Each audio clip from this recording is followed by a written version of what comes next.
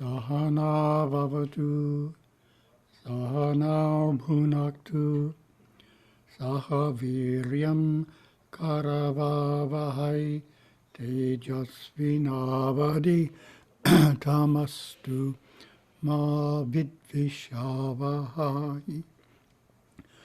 Om Shanti, Shanti, Shanti.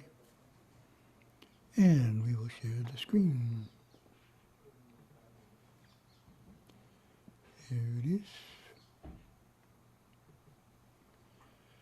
September 17th in Asia.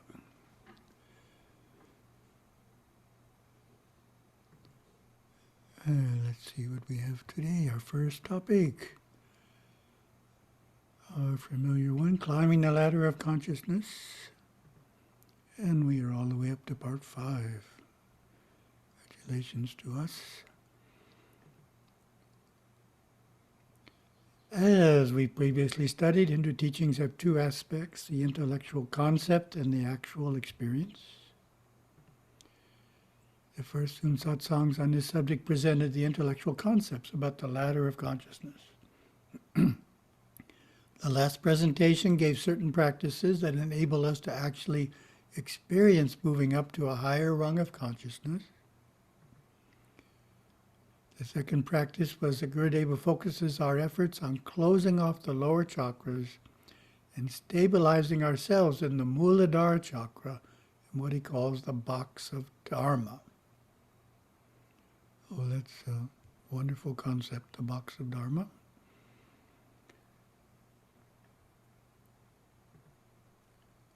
And to repeat the description, 4 petals, of course, form a square. That means 4 petals of the Muladhara. 3-dimensionally, 2 squares put together with a space between can well be defined as a box. This box is defined as dharma.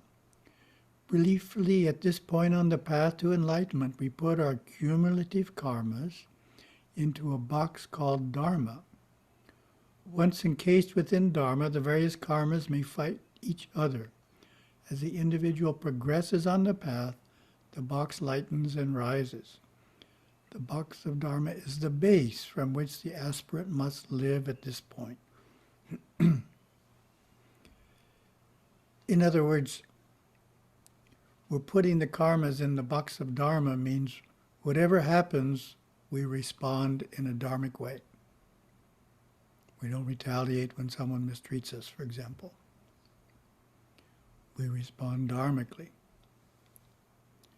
So whatever comes up, our karmas, we respond dharmically, and that causes us to move even higher.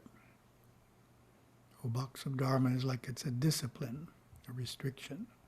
Whatever happens, I have to handle it in a dharmic way. And the balance of this presentation gives additional information about dharma. Some of you haven't heard this, and others may have forgotten part of it. It's from the publisher's desk, Making Dharma Your Own, October 2016.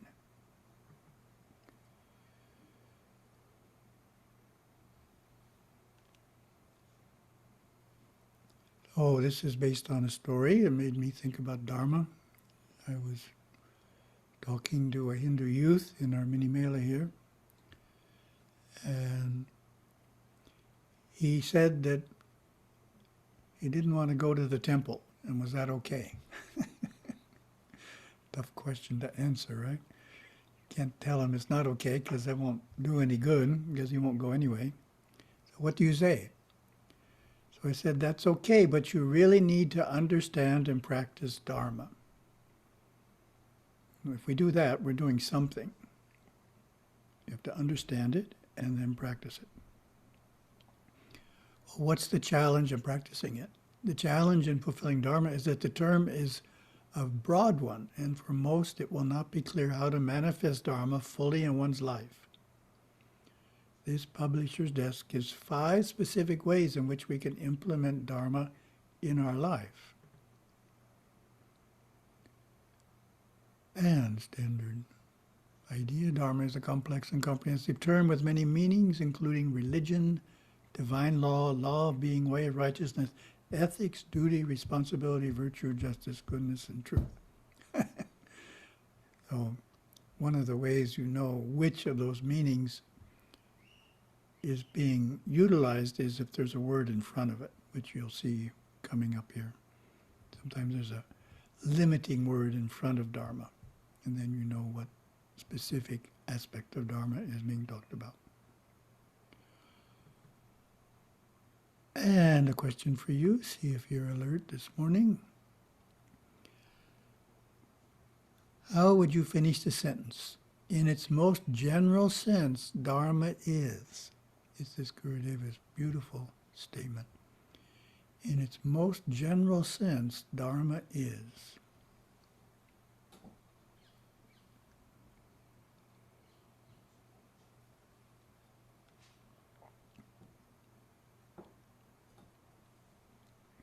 See how many of you got it. In its most general sense, Dharma is that which sustains the orderly fulfillment of an inherent nature or destiny. Read it again. There's a lot packed into that. Sustains is the key word. That which sustains the orderly fulfillment of an inherent nature or destiny. Comes from the Sanskrit root dra, to sustain, carry, hold. Thus we can say that Dharma is that which sustains the cosmos, human society, and each member of society.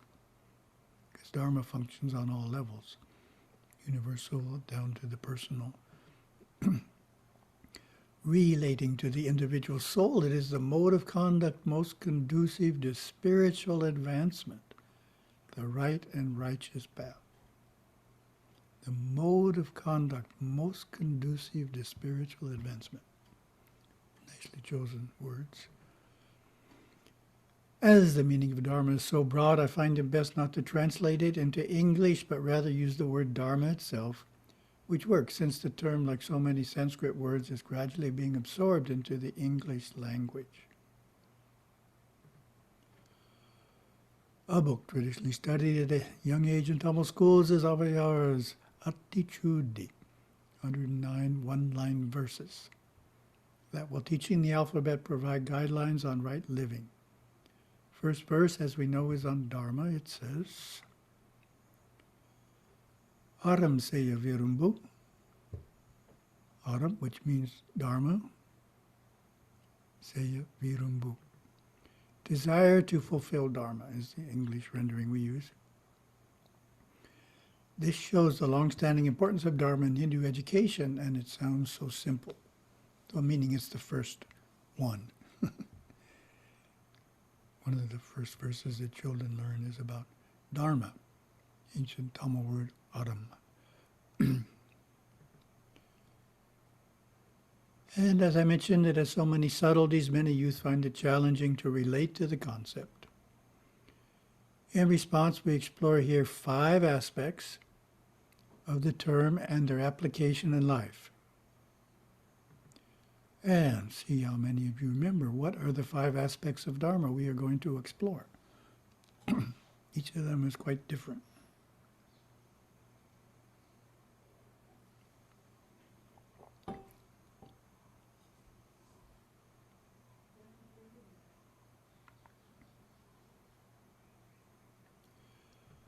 First one, and core meaning of Dharma, is living virtuously and fulfilling duty. It includes all the noble behaviors that we know are right and good. One learns to be selfless by thinking of others first, being respectful of parents, elders, and swamis, following divine law, especially ahimsa, which is mental, emotional, and physical non-injury to all beings. Gurudeva taught that the worship of Lord Ganesha puts one naturally on the path of virtuous living. Ganesha sits on the psychic lotus of the Muladhara chakra, he said, the ganglia of nerves at the base of the spine within everyone. This chakra governs time, matter, and memory. As the spiritual aspirant is lifted up from fear and confusion into conscious awareness of right thought, right speech, and right action, The Muladhara chakra becomes activated. But the seeker loses one thing. He loses his free instinctive willfulness. It is lost forever. Yet it is not a great loss.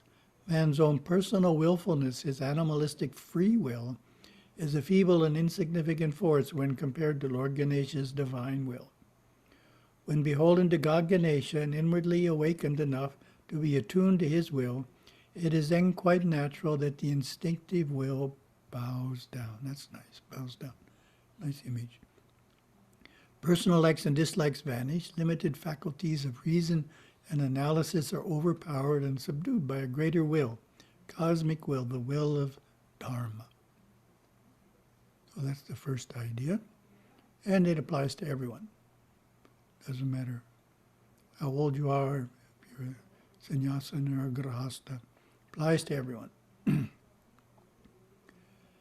Second aspect of dharma is entitled Two Paths, Two Dharmas. A number of years ago, I gave a presentation at a weekend retreat of the Hindu Students Association in Texas. One of many written questions submitted to me in advance showed a common misunderstanding. This is what the question said. We talk about detachment from Maya, but for most of us, our career and living is centered around worldly subjects and concerns. How can we reconcile this fact with our larger desire to separate from the material world? So, separate from the material world. So this is the graphic, the one on the right is separating there. In their pursuit of Dharma, these youth were struggling with the Upanishadic concept of self-abnegation, thinking it applies to all Hindus, thinking they should be more detached from worldliness. I pointed out that it is vital to understand that in Hinduism there are two distinct paths. That of the householder, called in Sanskrit Grahastha Dharma, and that of the renunciate, Sannyasa Dharma. Self-abnegation and detachment from Maya belong to the renunciate path, not the householder path. This distinction of two paths is our second aspect of Dharma. So this is a common confusion. Like the idea of giving up desire. All Hindus think they should give up desire, and they feel guilty that they have lots of desire. Or mixing up the two paths. To quickly recognize the differences between the two, take a look at the ancient ethical masterpiece Tirukkural, Part 1, entitled Virtue, or Dharma, Aram. Section 2 is the way of the householder, and Section 3 is the way of the renunciate. Scanning the chapter titles immediately reveals the deep distinctions. Chapters in the householder section include wife, children, love, hospitality, gratitude. Possession of self-control and avoidance of covetousness. The final 3 chapters focus on giving to others so generously as to achieve renown in the community. Chapters in the renunciate life section include austerity, the impermanence of all things, renunciation, knowledge of truth, and there's our eradication of desire. Right at the end of the list of the sannyasin. Without even reading the actual verses, it is clear that detaching from the materialistic world is a goal for those on the renunciate path, but not those on the householder path.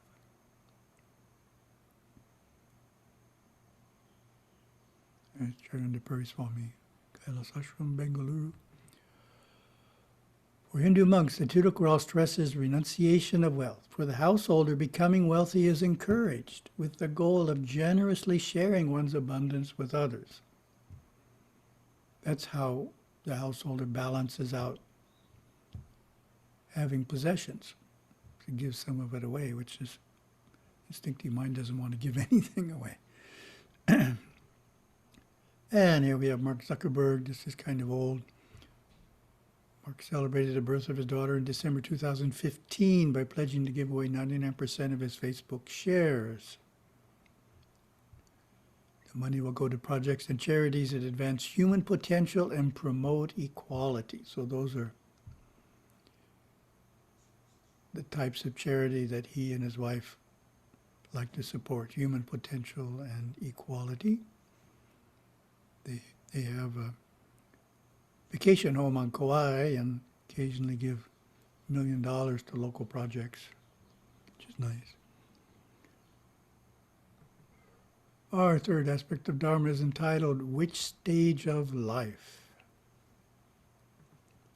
Sanskrit term for stage of life is ashrama dharma. So the normal meaning of ashram or ashramam is a place where there is teachings of Hinduism going on. But the word in its most general sense means a resting place. So it does apply to the place where teachings are going on, but it also applies to the resting place that you're in as you age. So same word, different use of resting place. Ashrama Dharma is a natural expression and maturing of the body, mind, and emotions through 4 progressive stages. This idea was developed millennia ago and detailed in scriptures known as the Dharma Shastras to highlight the fact that our dharma or duty changes and evolves as we mature from youth to adulthood, senior years, and old age. And most Hindus, I mentioned this idea too, that dharma changes with your age. Had never heard of that idea before. So this one is not that well known. Our dharmas change with our age. Gurudeva considered that in modern times each ashram is a 24-year period, applying equally to men and women as follows. Brahmacharya student, birth to age 24, learning, pursuing secular and religious studies. Grahasta, householder, age 24 to 48, raising a family, fulfilling a career or profession, serving the community. Vanaprastha, elder advisor, age 48 to 72, offering one's experience to help others. Sannyasa, retiree, age 72 onward, withdrawing from society and devoting more time to religious practices. So that, of course, all of those details of the ashramas is a talk in itself, but the basic idea here is our core duties in life change according to the ashrama we are in.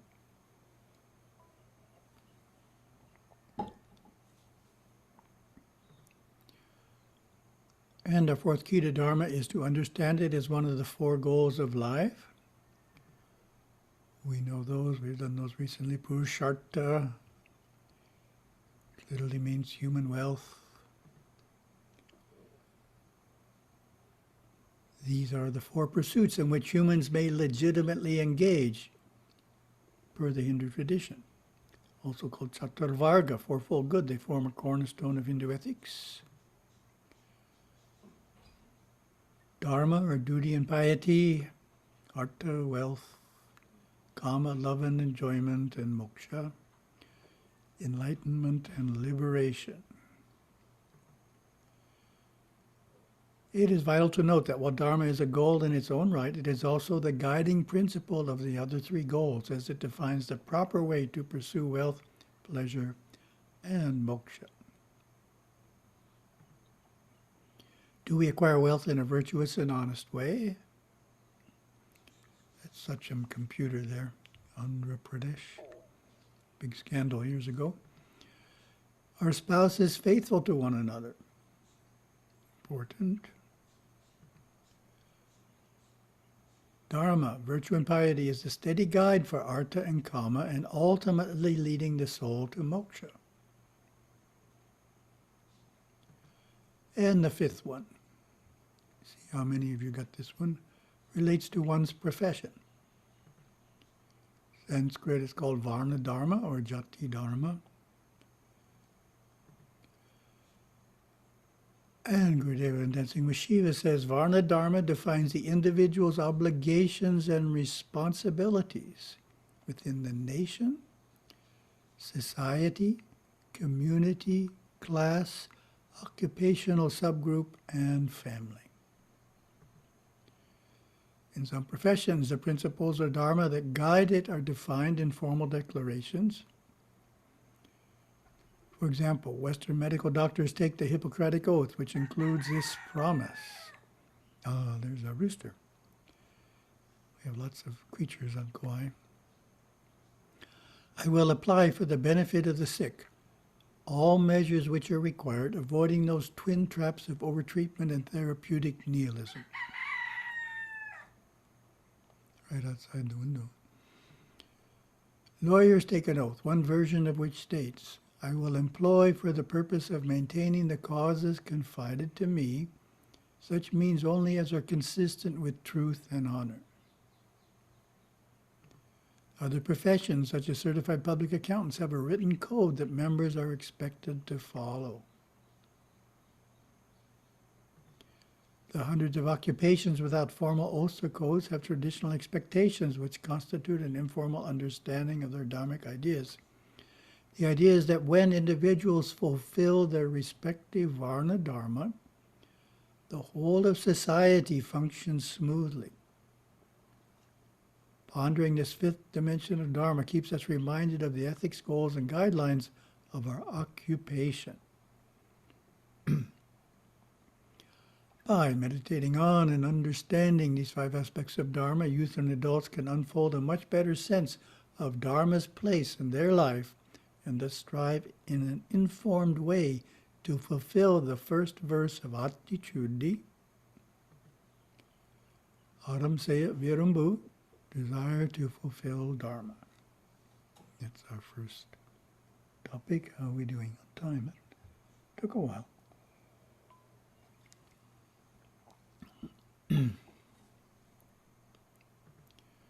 Second topic, continuing with character qualities through the approach of positive psychology. As we know, they did research and they came up with 6 universal virtues, which contain 24 character strengths, some 3 to 5 character strengths in each virtue.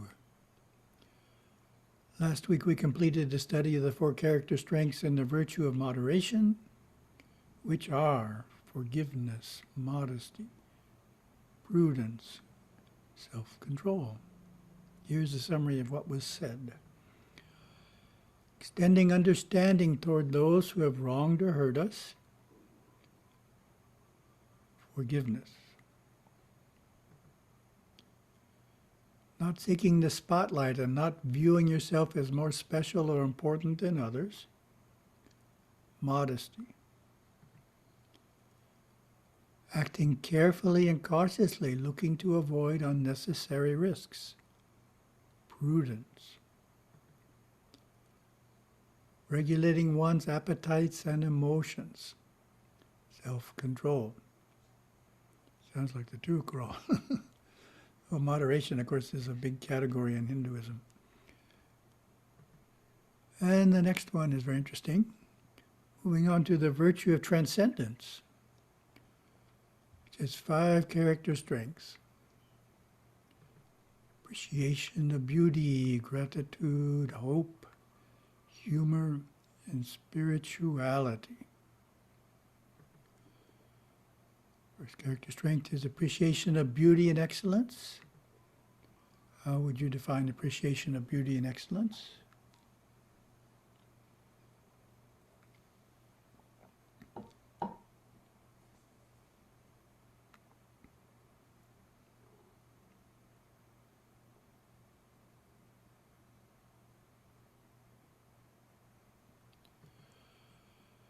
Those who express an appreciation of beauty and excellence notice and appreciate beauty, excellence, and/or skilled performance in all domains of life. Nicely said.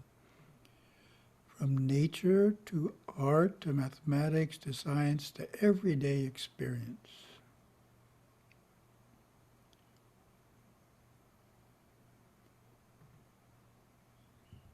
And think of an affirmation you could use to increase your appreciation of beauty and excellence.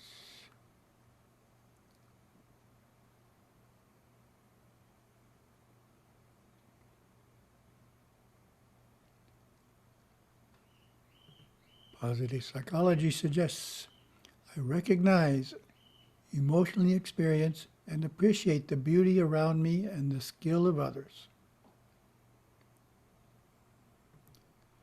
And their research. When something beautiful is seen or felt, whether it is from nature, is human-made, for example, artwork, or is the virtuous behavior of others, that is, moral beauty, writing down thoughts and feeling in a log or journal can increase awareness and deepen experiences. The key is raising one's consciousness. Interesting.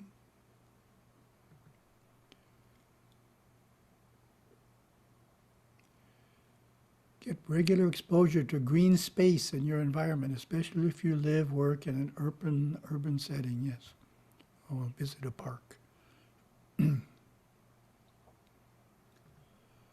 Second exercise, take part in outdoor experiences such as camping to enhance appreciation for what is usually taken for granted, such as soft beds, warm showers, etc. Camping is very popular in North America.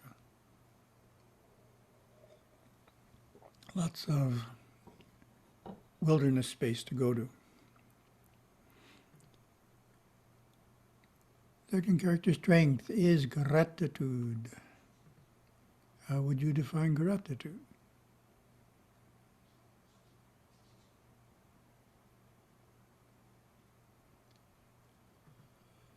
Character strength of gratitude involves feeling and expressing a deep sense of thankfulness in life, and more specifically, taking the time to genuinely express thankfulness to others.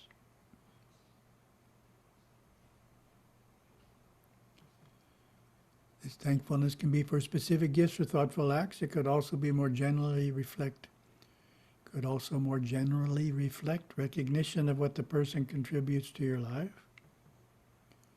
We can be grateful for deliberate acts by others, such as a piece of art from a child, or for spontaneous treasures, such as a cool breeze on your face on a hot day. What marks gratitude is a psychological response, the transcendent feeling of thankfulness. It's a nice thing to ponder, the transcendent feeling of thankfulness. The sense of having been given a gift by that person or event. Grateful people experience a variety of positive emotions, and those emotions inspire them to act in more virtuous ways, humbler, more persistent, or kinder. Gratitude tends to foster the character strengths of kindness and love, and therefore is closely associated with empathy and with connection to others. And think of an affirmation you could use to increase your gratitude.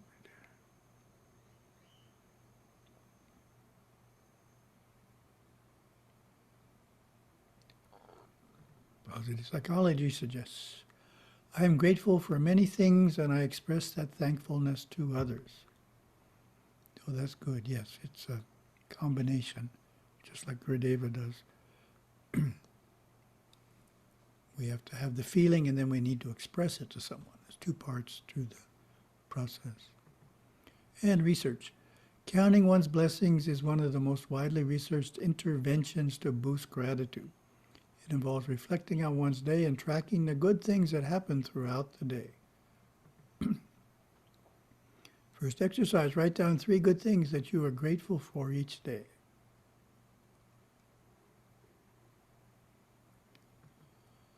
Second exercise, over dinner, talk with your loved ones about 2 good things that happened to them during the day.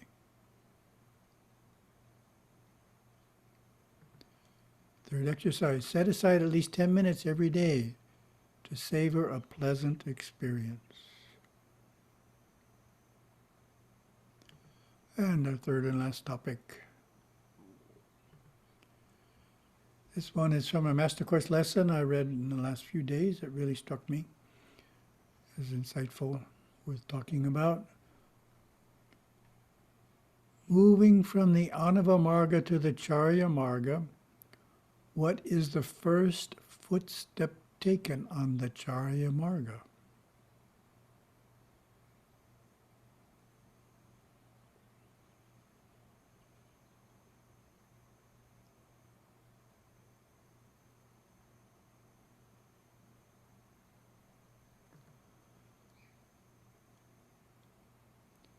And Gurudeva states, the first glimmer of the feeling of smallness is the first footstep on the Charya Marga. Repeat that one. The first glimmer of the feeling of smallness is the first footstep on the Charya Marga. In other words, it's a totally new idea, and it's just starting to come into your consciousness on a regular basis, first glimmer. Gurudeva explains it further. In other words, before being on the Charya Marga, we are on the Anava Marga and concerned with making our ego greater. We want to be the greatest person at everything. Stepping on the Charya Marga, we learn to bow before God and the gods. We learn that their home, their officiating place, is the temple, the home shrine, and under sacred trees. Being in their presence makes the Charya Margi feel small. So interesting idea. We're acknowledging a being greater than us, the deity in the temple, and feeling small by comparison. And that's part of the Charya Marga, the beginning. And then further ideas. You don't get off the Anava Marga. Individual ego slowly diminishes as the soul unfolds from Marga to Marga. Slowly diminishes. Nandi the bull represents the ego, personal identity, and in a large traditional Hindu temple, we see many images of Nandi getting progressively smaller as we approach the innermost sanctum. This indicates the soul's progression toward God or the diminishing ego. And that's the end of our presentation. Thank you very much.